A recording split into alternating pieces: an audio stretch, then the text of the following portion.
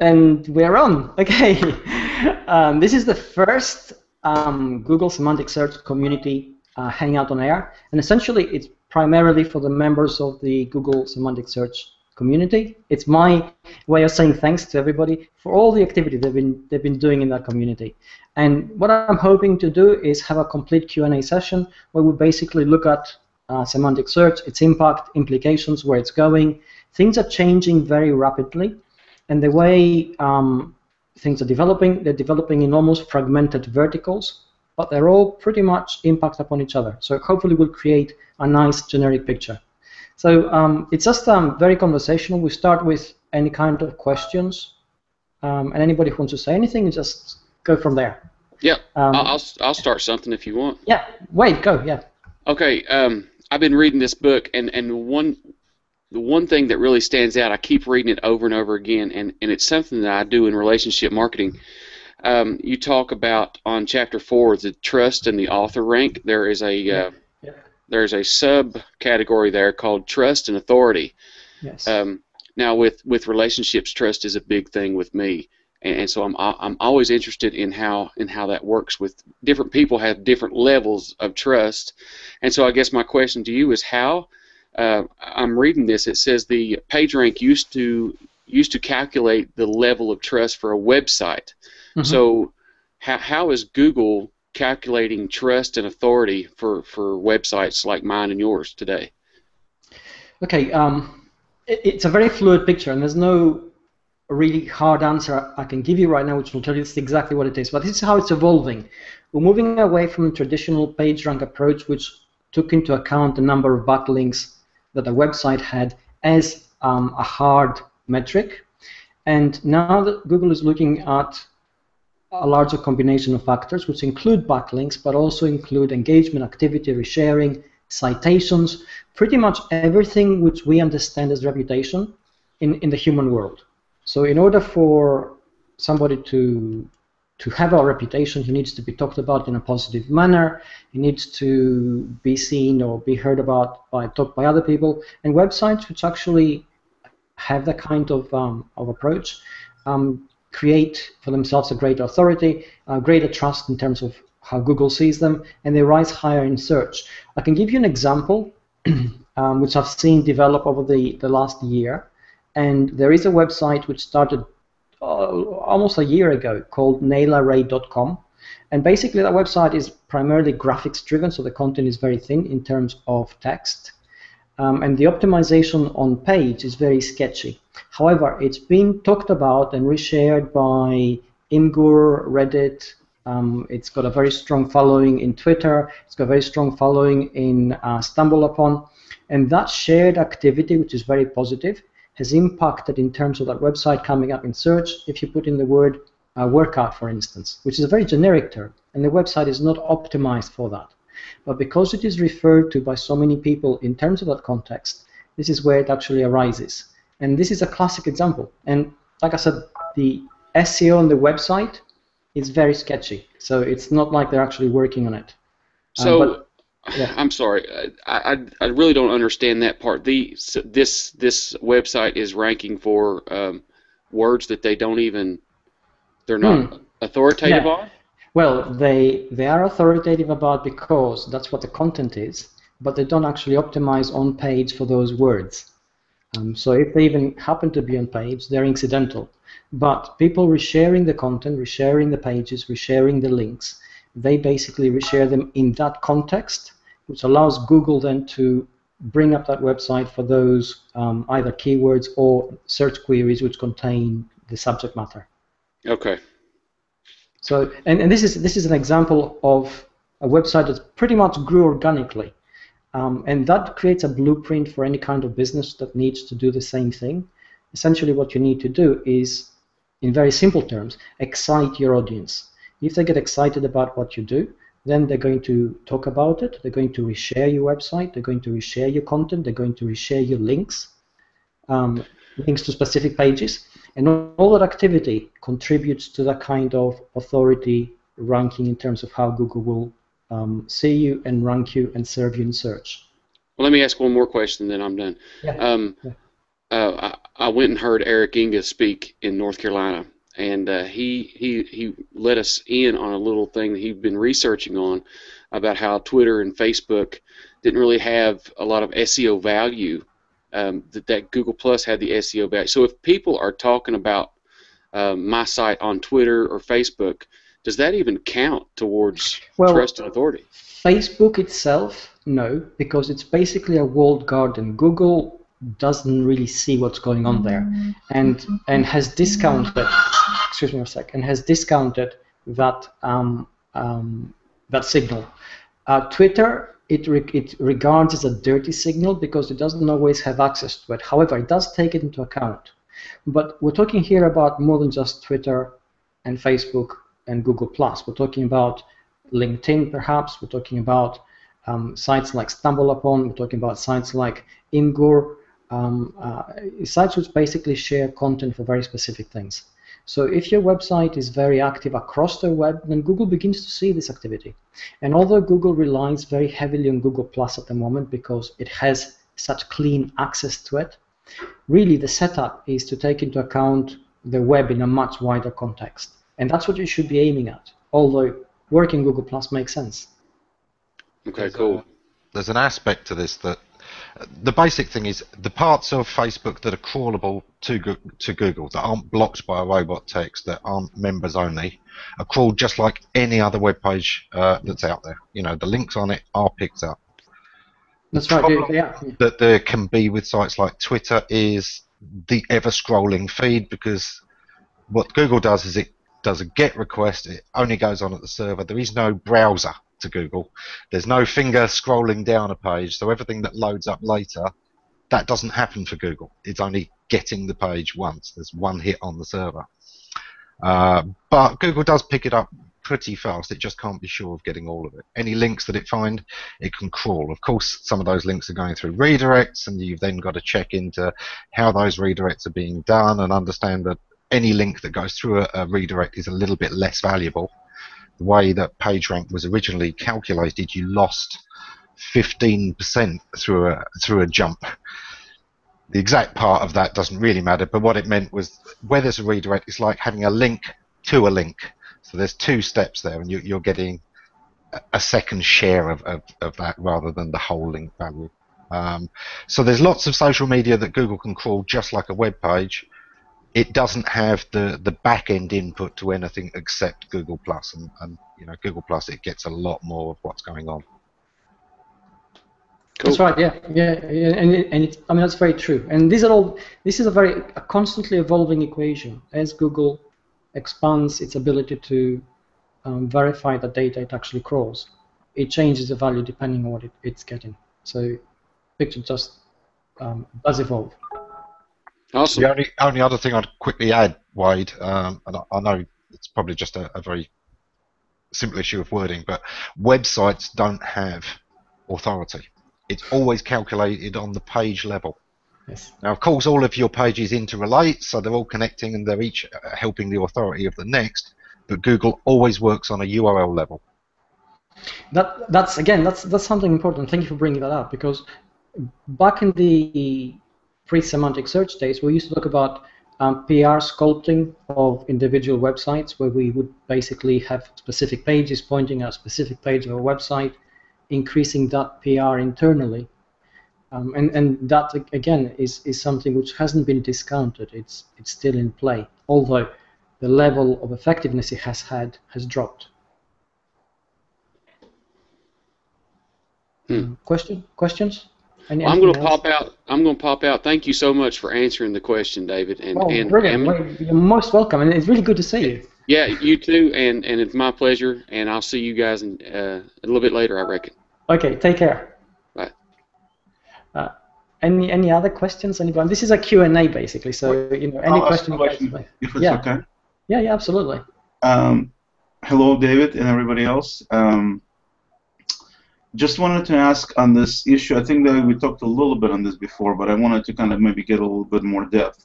You always preach, and I mean that with the most respect, that people need to be themselves. In other words, do not try to create some false identity online to try to somehow get better rankings.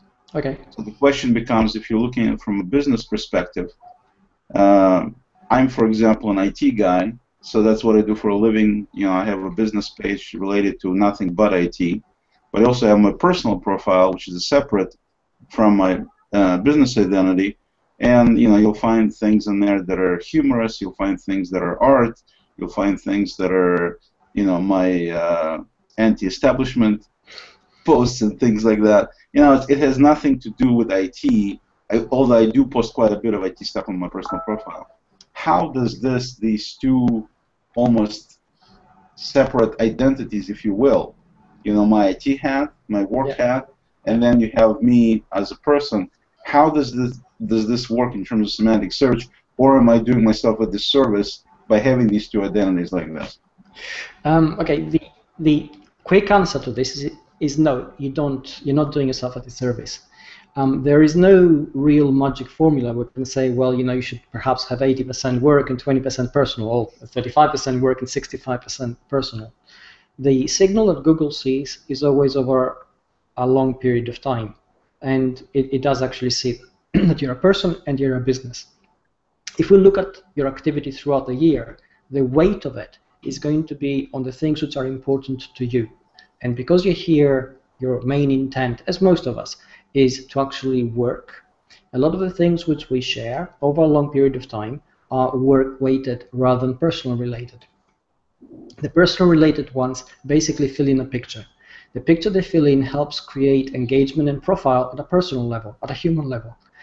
So if you get an engagement on your profile, which then leads to your business being engaged and profiled, the mechanics work, and that's how they work. Does that answer your question?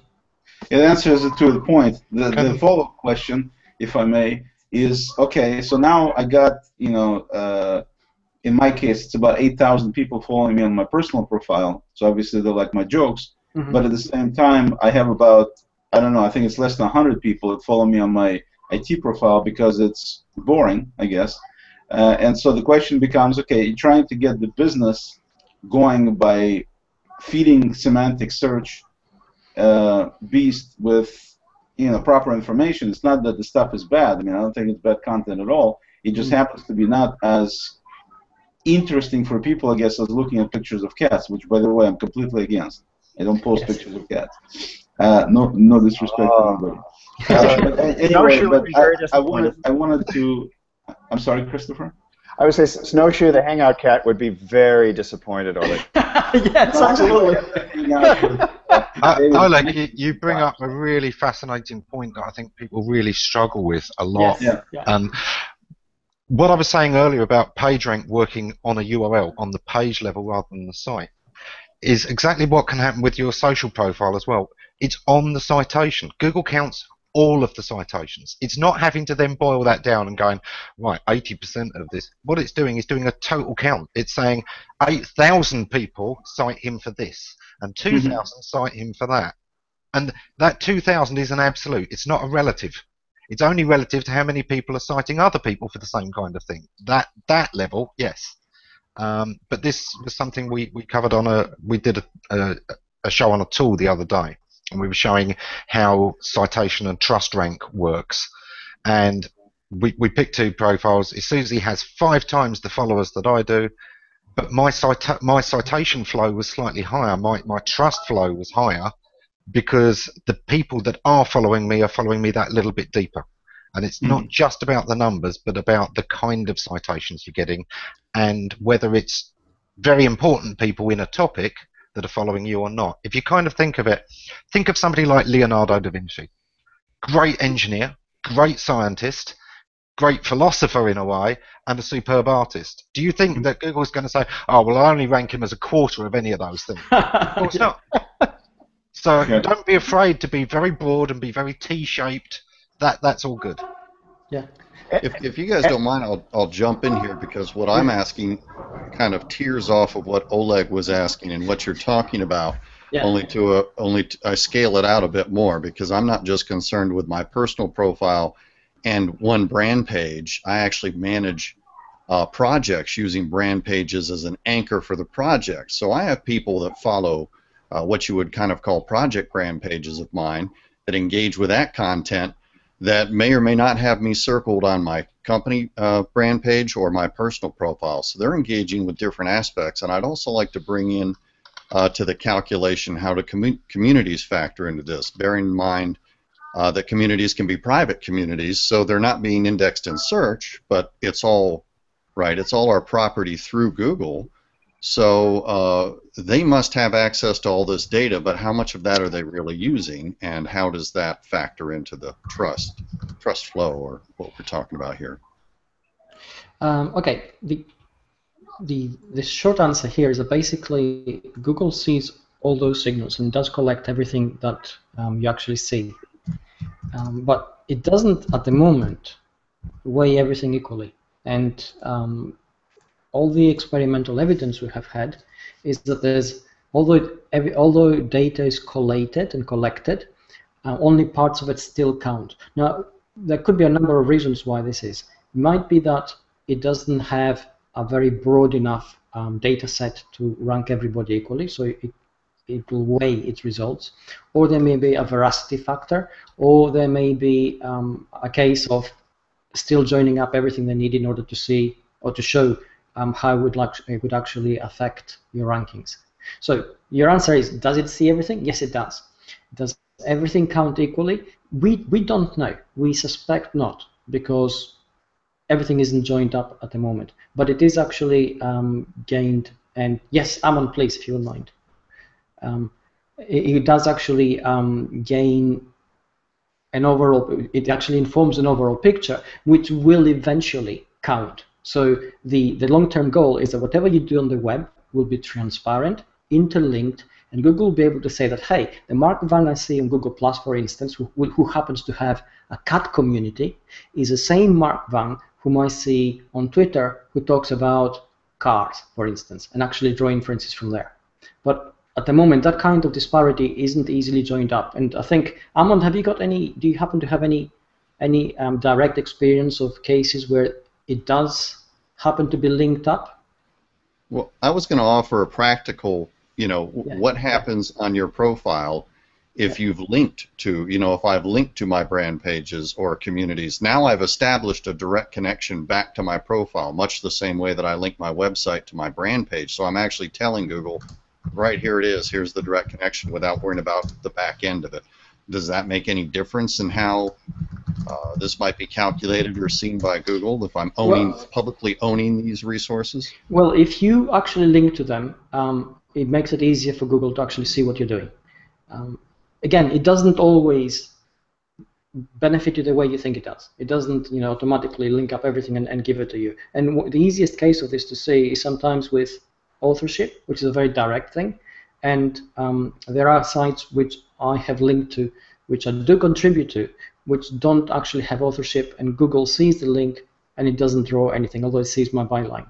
And sometimes it does, sometimes it doesn't. So it's a very sort of intermittent thing, which suggests that the data they have is being collected, but not quite sort of processed or rendered the way it should just yet. So can I ask a follow-up question to Mark's question, which is a follow-up to my question? Yeah, definitely. Yeah. Link it all together. So then the next question I have is, when you do have these multiple identities, I also have a bunch of brand pages. Does it, the knee-jerk reaction is, well, I'm posting this thing, which I think is extremely useful, which is IT related. It's going to all 67 people who circled my, profile page, business page, and I want to share it with as many people as I can, so I'm going to reshare it from my profile, which has 8,000 people, so a bunch more people can benefit, and then if they want to reshare and so on. Is this knee-jerk reaction accurate one for semantic search or not? To take and reshare, especially on the heels of the posts about the fact that Google hates duplicate content? The duplicate content thing is a real issue there. I always think, one of the first things we learn in marketing of any sort is that scarcity builds value. And the more you share that to lots and lots of places, the less scarce and therefore the less valuable you're making it. I know that we want to get lots and lots of people to see it, but you've always got to think about that in the way that you can either get lots and lots of people to the one place you've shared it by sharing it in detail once, and then inviting people to converse about it elsewhere, link to it, rather than share it again. Or you can, post it in multiple places, but that will take the engagement down and the value down, even though it increases the viewership. So you're trading off the two things. One is more visibility, but less scarcity value to each one, and the other one is that you've built up lots of value in one place. Does that help? So in other words, to make it a short answer, as David would say, your recommendation is not to reshare content from business pages to personal profiles unless there's a really good reason for doing such. Yeah. Okay. Yeah. Talk about it, have a separate conversation that brings a new viewpoint. That's great. That's citation and adding value to it. You're treating it a bit like good content curation. You know that when you haven't got anything of yourself to share, but you've seen really 3 good, interesting things that gave you some thoughts, and you post the links and your thoughts on it. You can do that with your own content too. If you use, Amon mentioned the magic word, which is value.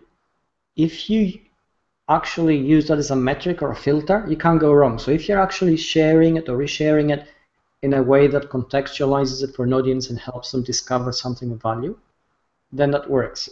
But if you're just resharing it to amplify its message blindly, then... Yeah, in my case, that's exactly what it was. It was just basically blind resharing, so that makes sense. Yeah. And then going,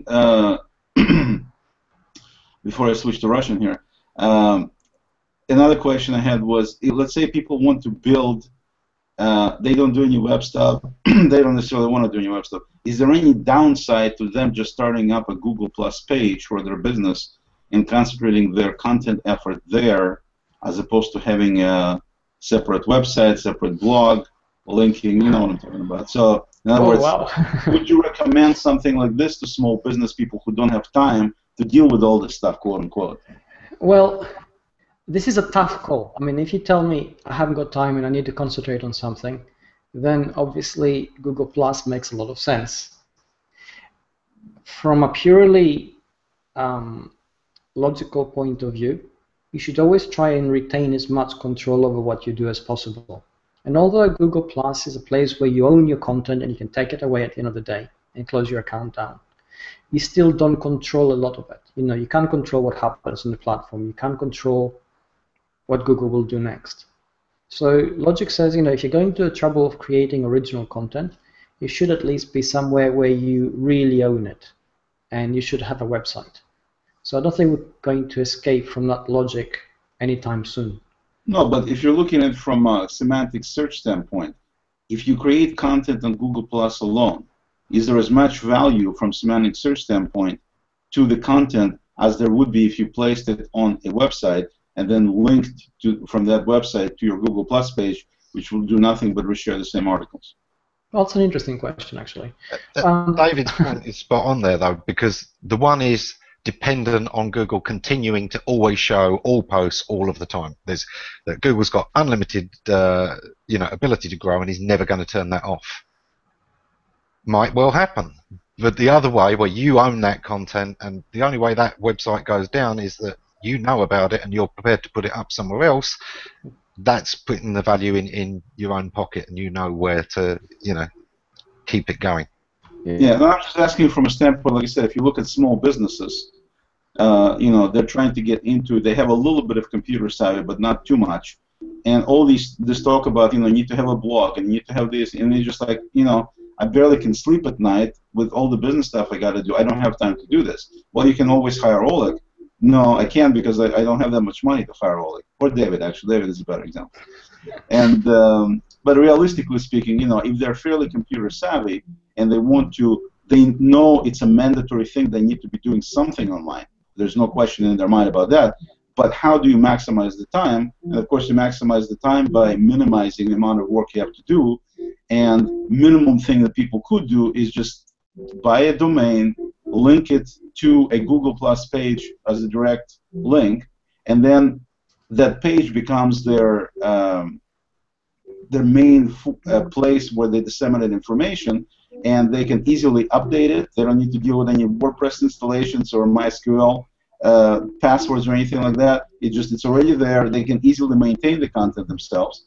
They can add photos. They can, all the stuff we love, why we love Google+, all of these tools are at their hands, relatively small learning curve, and they can put all this information, and with the hope that it'll get indexed, and they can direct people there physically and things like that. So to me, it kind of makes sense because you can embed forms in there. I mean, you can do a lot of different things. You can set up community. All that stuff you can do on Google+, and that's the question becomes from semantic search point.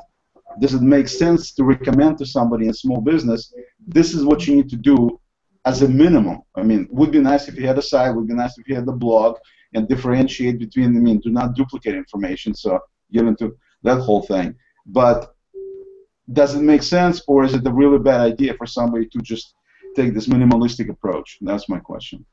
Well, Mike Elgin has done that, and he hasn't suffered because of it. But here's the thing, because Mike Elgin is actually such a high profile within Google+, that he gets a lot of citations, he gets a lot of engagement, he gets a lot of interactivity, interaction, then the signals that he creates and the citations which come off them across the web are quite significant. Right. So really, the answer is yes, he can use his model and duplicate it. He doesn't spend a lot of time right now engaging or interacting or creating and driving the kind of engagement and interaction, but he posts incredibly valuable content. It is original to Google+. You won't find it anywhere else. And he has now a following which actually follows him. It's his audience. So I suppose if you can find your audience relatively easily because you're doing something which will resonate or because you're doing something relatively unique, then that would make sense as a shortcut. But the risk is, and it's a significant risk, that if at a later stage, and let's say 5 years from now, things change and the platform changes, you haven't got control over it. I mean, it's again what Amon said. As from a business point of view, you should always strive to have as much control as possible. I understand the limitations on time and the need for shortcuts. So I would be very wary of applying that platform and that model to a business. I'd just jump in. It's doable, Oleg, definitely. What it reminds me of is the way that there are e-commerce providers out there who have no website of their own and just run through eBay. And you can run a perfectly good home-based business through eBay. It's somebody else's platform, but it doesn't matter because that's where your market is and that's where your business can be done. So the long-term value of that business, what you're building up as infrastructure for that business, if you ever wanted to sell the business or anything, that is zero. You've only got turnover, you've got no assets that you've built up apart from reputation, which is very intangible. Yeah. And that translates back to the real world where you might have people who, instead of opening a shop of their own, went to country fairs and other people's street markets and just set up a stall there. So it's very much like that. Yeah, you can set up a stall on G+ and actually be making money straight away very, very quickly.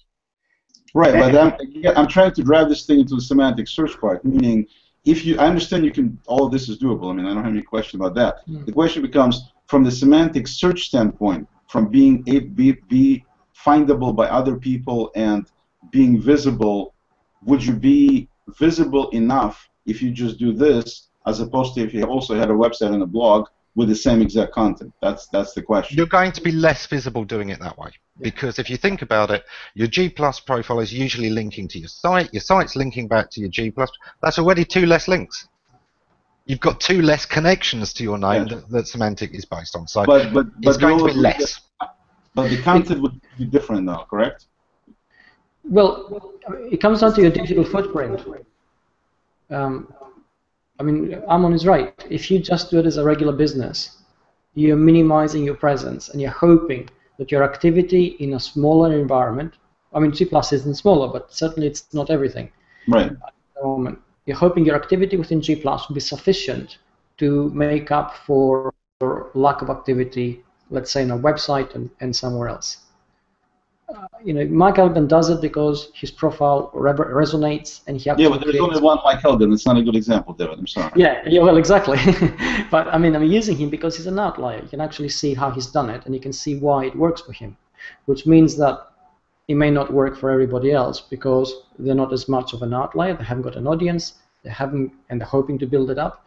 They haven't got perhaps the original content, and certainly, unless you have that kind of thing, just limiting yourself to one area and hoping to cover everything, it can be slightly risky, well, significantly risky, really. And the other thing, of course, is that Mike famously did it, and he's the first to do it. The second one to do it isn't as remarkable.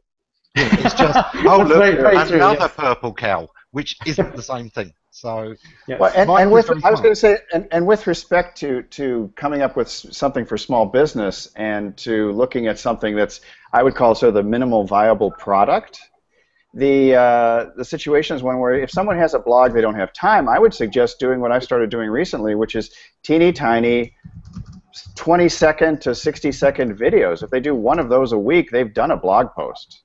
Right. And it's very easy to do that. So, but ultimately, people are going to have to pay either in time or money. They're either going to have to hire you, Oleg, or they're going to have to put in a lot of time learning this stuff, and the learning curve may get them in the end to become your customer. I mean, ultimately, you're absolutely the point that comes across is that there's no getting away from the fact that you really need to work at it. There really are no shortcuts. So, if you're hoping that Google Plus will somehow become the magic bullet, which will allow you to perhaps skip having to join a few dots, it doesn't. It's very, very difficult to actually do that. So, but ultimately, people are going to have to pay either in time or money. They're either going to have to hire you, Oleg, or they're going to have to put a lot of time learning stuff. And the learning curve may get them in the end to become your customer. David, I have 2 suggestions about that. Yep. Joshua, go ahead. As far as the business coming in and being really busy and maybe not having that much time to invest, it's a common scenario. There's 2 things I would avoid that I see very commonly being done, though, is they don't have time to create their own content, so just post lots of links and duplicate content onto the Google Plus platform. That is kind of like the where your authorship is going downhill, because you're connecting yourself with a large quantity of maybe not very high quality and relevant content, and all of those links going out are exactly that. And what you need to have is to have engagement coming inward. So even if you can just do a small amount of content, but it's better quality and original content, short posts, a picture, and something meaningful that's personal, or something about the business that's attractive, things like that, are far better than sharing a large quantity of links to other content. And then the second one is about auto-posting. Auto-posting can be used successfully by a lot of social media gurus and different people, but only because they post at certain times, but they always come back and they engage with the audience. Yes. But I see people using it and then turning it on as a shortcut. So when you looking for shortcuts, those are shortcuts you want to avoid. That could actually do your your authorship and you're building your profile a disservice from the beginning. So less content, higher quality, more original, and more engagement. Yep. Which basically brings us back down to some of the basics we've been talking about for some time, really, doesn't it? It talks about identity in terms of how the business identity is developed and how you actually connect to your audience. And funnily enough, this is something which we discussed yesterday about influencers with Amon and Christopher. And we said that if you don't know who you're talking to, then you can't possibly understand what their pressure points are. And these are basic things. I mean, what we're finding with semantic search is that it has become so driven by so many such a plurality of factors that it has become difficult to gain because there's no single thing you can do which will give you a massive advantage, which means that basically incrementally you need to find that uniqueness of factor which you're talking about. You need to basically dot all the I's and cross all the T's, which make you, you, and then project that, because that's what actually allows you to gain traction. I think there's a basic fear also of people. There seems to be a fear of people projecting their real image that is somehow going to hurt their business. Yes. Well, yeah. Again, I mean, these are the things.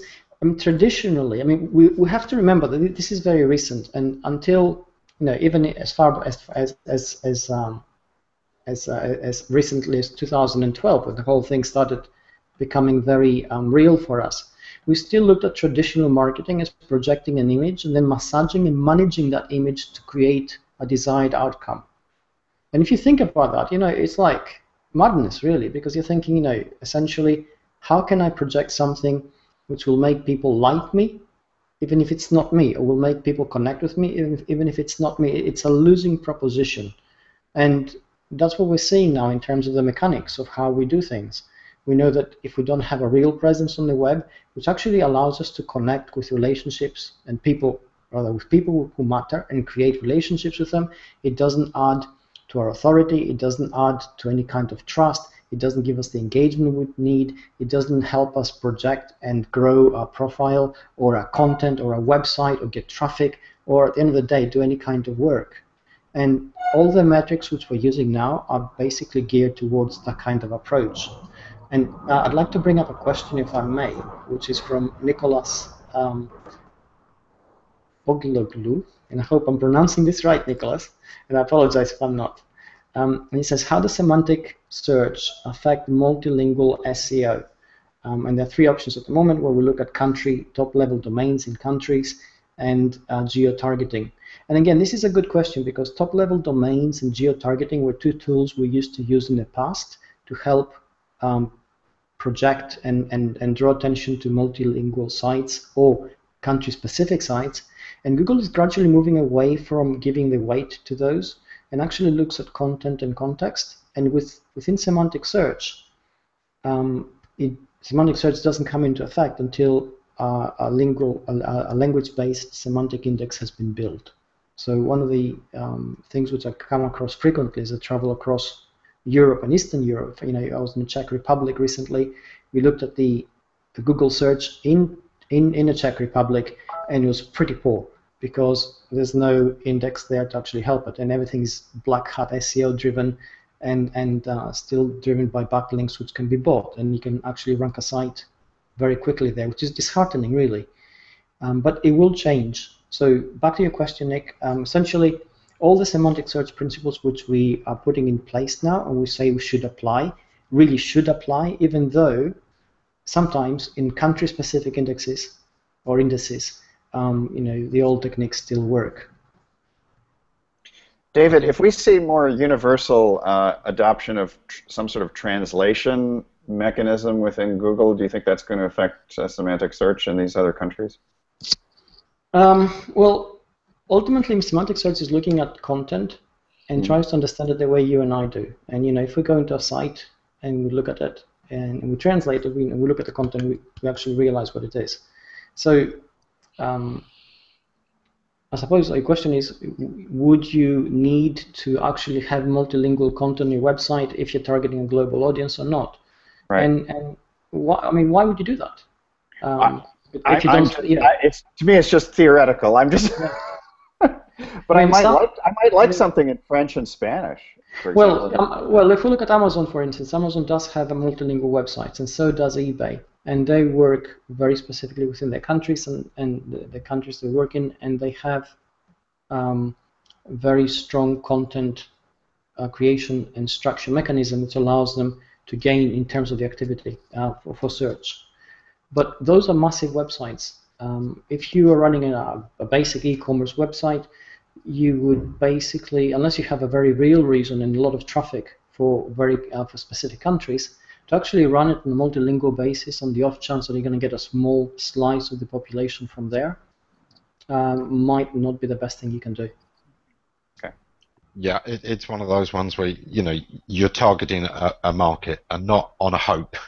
But if you've got a product that's going to be really strong in a particular demographic, and that demographic speaks that different language, great, of course you've got to target it, and you're going to want to be using that language. There it might be a language specialization. If it's geographic, you're almost certainly going to want to go the Amazon route, which is having the specific CCTLD, the country code top level domain. It just gives a stronger signal to Google that this relates to this particular market. And if I was using, the .co.uk, I'm going to rank slightly better in Google UK search on google.co.uk than necessarily in the .com, except when somebody from the UK is using it. Yeah, I guess I'm thinking more in terms of the U.S., where we now have this predominance of Spanish coming on, and all of a sudden we are turning into a bilingual country. Yeah. I'll tell you something funny, which I've observed, Amon. My site is based, or rather, my site was based on UK servers, but my audience primarily came from the US, and a lot of my personal activity profile was US-centric, simply because I work with large corporations in the US, and that, I used to work in the time zones, and that was the traffic I had. As a result, I found that over the years, I actually ranked better in the US than doing in the UK, even though the optimization was there. And that was a decision on Google's part, thinking that this is a US-centric website, even though what I do is global, which implies perhaps that a lot of the activity stroke the data it gets from the audience and where the audience comes from begins to drive Google's analysis of where your website should actually come up. So there's not always a lot you can do to sort of structure this. Can I do a quick question? Yeah, definitely, Nazir. Okay, hi. Good to see you as well. Thanks for the invite. We're talking a lot about Google and semantic search. What about Bing? Do we have to worry about Bing per se? Is it something that we have to look at? Okay, let me contextualize this for you, because it's a brilliant question. And also, within that question, implicit is the question, I suppose implied, is the question of why isn't Bing better?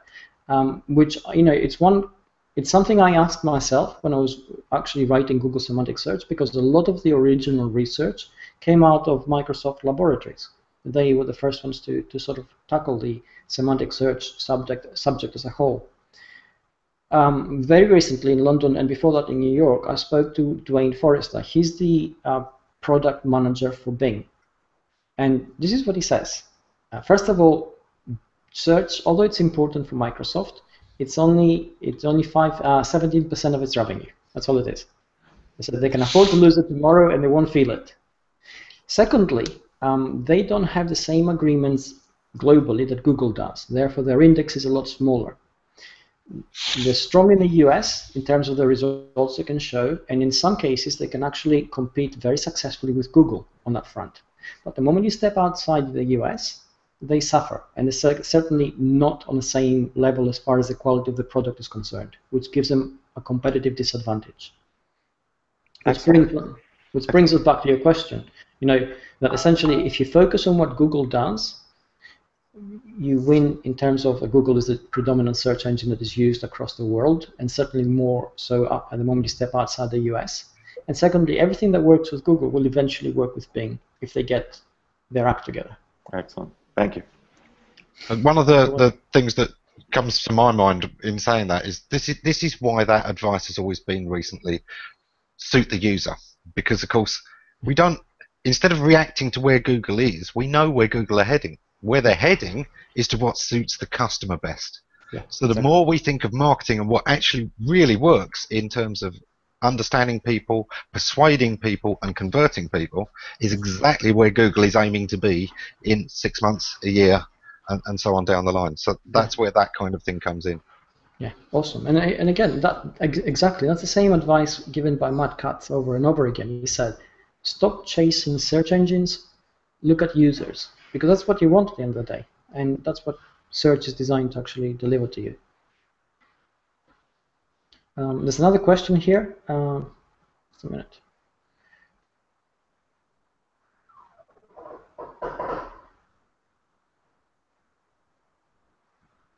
Okay, it talks about, okay, this is a good question actually. We talk about semantic search, and we talk about, and this is by Scott Williams, And he asks, we talk about semantic search, we talk about focusing on marketing and focusing about the excellence in terms of content, and what happens if you have mediocre content?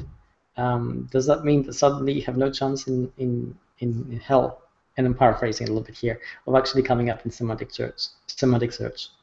And how do you then find time to actually write a lot or produce the kind of content which will help you resonate, especially if you're working with clients? And Scott, this is the kind of problem that is faced by pretty much every kind of business. You're being asked now on the web to be a photographer, a publisher, a videographer, a writer, and a marketer, when all you want to do is get on with your work, serve your customers, and find a few more customers to basically keep on going. And that challenge is the same whether you're a large business or a small one. There's no getting away from the fact that you have to acquire new skills or you have to buy in new skills if you haven't got them. But essentially, ultimately, you don't have to create the kind of content that makes you go, wow, this is amazing. It's not a cinematographic kind of competition. What you need to do is create a kind of content which allows you to find the audience that you want, which is the audience that is looking for you. So basically the challenge is create a kind of content which really accurately, in detail, reflects what you do.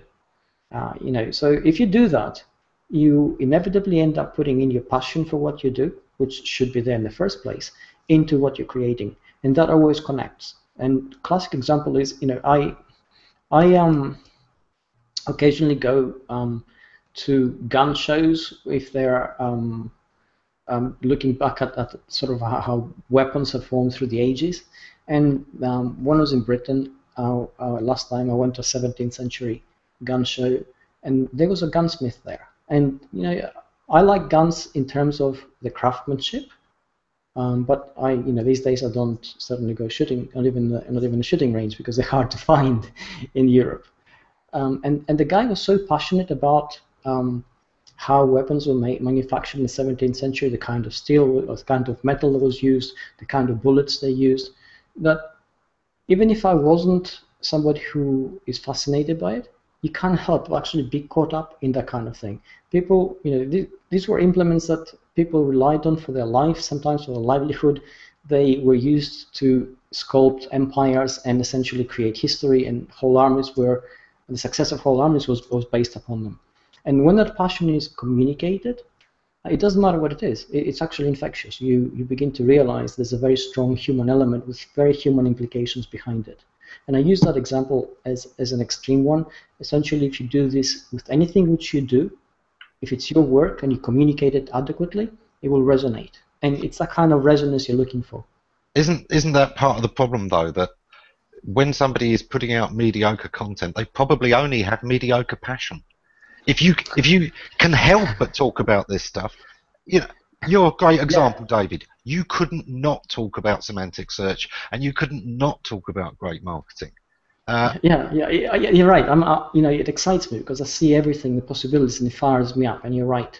But I think sometimes the problem is that somebody who's really into their work, if you ask them to step outside that and say, write an article, they say, well, I'm not a writer. So suddenly the fact that they lack a certain skill allows them to feel second best, which then begins to restrain perhaps some of the things they can do in their minds. And what I say always is, forget the technicalities of it. You're not writing a literary masterpiece. You're not photographing for a world-class photographic exhibition, and you're not shooting a video for Cannes.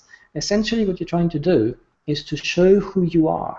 And that's what really is interesting. As people, we are driven by a very strong voyeur element. We'd like to get into the minds of other people, see what they do, almost vicariously live their lives, because it helps us broaden our understanding of the world. It helps us validate our own view of how things work or don't work. So do that. And the moment you do that, then it stops being mediocre because it resonates. It may be technically deficient, and as people, we're willing to overlook that because we really want to get into somebody's mind. We really want to see somebody's work and understand it and become part of it. So focus on that. Well, that's why a ghetto video, sometimes without much post-production, is often viral. Yeah, well, this is it, isn't it? I mean, it has that. when we say it feels authentic, and what we mean by that is it feels very human, because sometimes creating something which is too slickly polished or perhaps too articulate, if it's a piece of writing, it draws attention to the technique and how proficient you are doing it, and then suddenly you think, oh, I'm being manipulated here.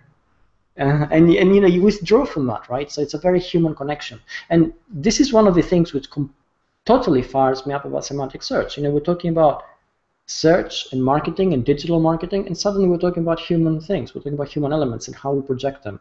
And in the past we didn't. We would talk about backlinks and how you create them. We would talk about keywords and how, where should you place them and what kind of domain you should have. And these are all games. These are techniques. They should be there, certainly. But now we're moving into the very real connection. So bear all this in mind as you work into a semantic web environment. I do actually have a question. Yeah. Nice to meet you, by the way, David. Great to see you. Yeah, I'm sort of class myself as a semantic search novice, I suppose. But one thing that fascinates me, I think I probably asked this on one of your posts, but where do you see like the future of semantic search going? Do you see it more sort of like voice recognition? Do you reckon it'll be going in that way? Well, ultimately, the goal is that search is going to become predictive in many ways. It'll have stuff for you, and pretty much what Google does now, but on steroids. It will try and predict as much of the things which you do with a great degree of accuracy. And it doesn't mean that you'll open up your browser and there will be an answer before you even thought about it. But the answer will have pretty much pre-calculated, if you like, because Google will know that within certain kind of parameters or context, you are likely to ask one of 10 likely questions.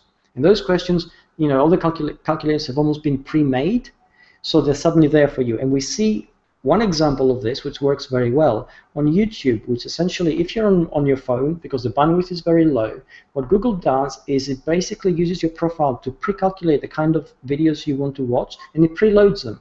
So when you're on mobile and you watch them, there's no waiting for it to load, there's no buffer, there's no sort of start and stop and freeze, because that experience is critical to you accessing YouTube.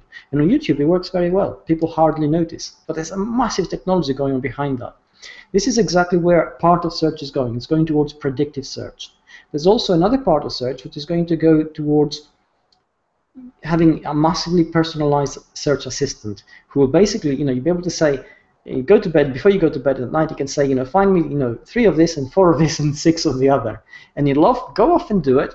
It'll come back in the morning, and there'll be the answers for you. And the answers will be there, like one-line answers. This is what it is. This is what that is. This is what it is. And if you want to challenge those answers, say, how did you arrive at this? Then that assistant will be able to actually recreate all those steps for you and tell you, this is what I use, and this is what it is, and this is the probability for that. Now, having that kind of power at your fingertips changes everything. It changes how you make decisions. It changes how you make purchases. It changes your ability to trust, essentially, an algorithm. You get to the stage where you say, book me a cheap flight to Tunisia, and a 3-star hotel in the city, for instance, if you get something like that, and you'll have a relatively high amount of trust in your digital assistant's ability to go through the searches, know what you like, do it for you, and complete it. That's where it's all going. And in terms of how we market in that environment, well, it ultimately comes down to the value we create and the kind of identity we manage to establish, which means that big players, anybody who does 3 things of this and then does something else and goes away and comes back, this kind of unfocused behavior will unfortunately be penalized because there'll be a high risk factor or a very low trust factor, which is the same thing. And that's where it's all heading. I love the way that Larry Page himself described what Google's end goal was years and years ago, when he said, when asked about what the future of Google is, he said, I foresee it as being like the mind of God. It will understand what you mean, it will understand what you want to know, and it has all human knowledge at its fingertips. But is this a kind and loving God or an angry and wrathful deity? That's what I want to know. The kind of God that demands lambs to be sacrificed. Those are goats. Oh, yeah, or goats. Yeah, one or the other, right? Save the lambs. Yes, exactly. But yeah, I mean, but it plays an interesting thing if you think about, the future of marketing. Would God be swayed by our marketing efforts. Yeah. So you've got to think in your marketing, what would work with God, because that's where Google wants to go. And what would work is, of course, being the best answer for a certain thing, or pre-priming the kind of questions that people are going to be asked, which is where branding comes in, so that people are actually asking for you in the first place. And what would Jesus do?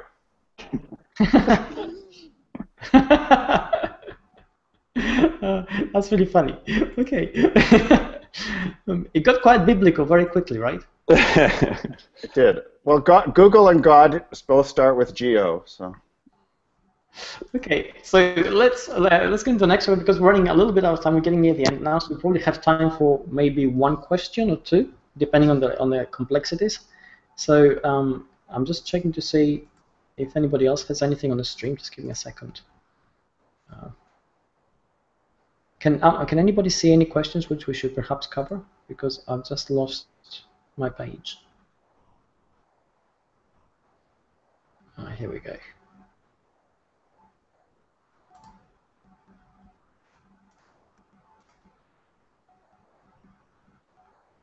No? Anybody else has any questions?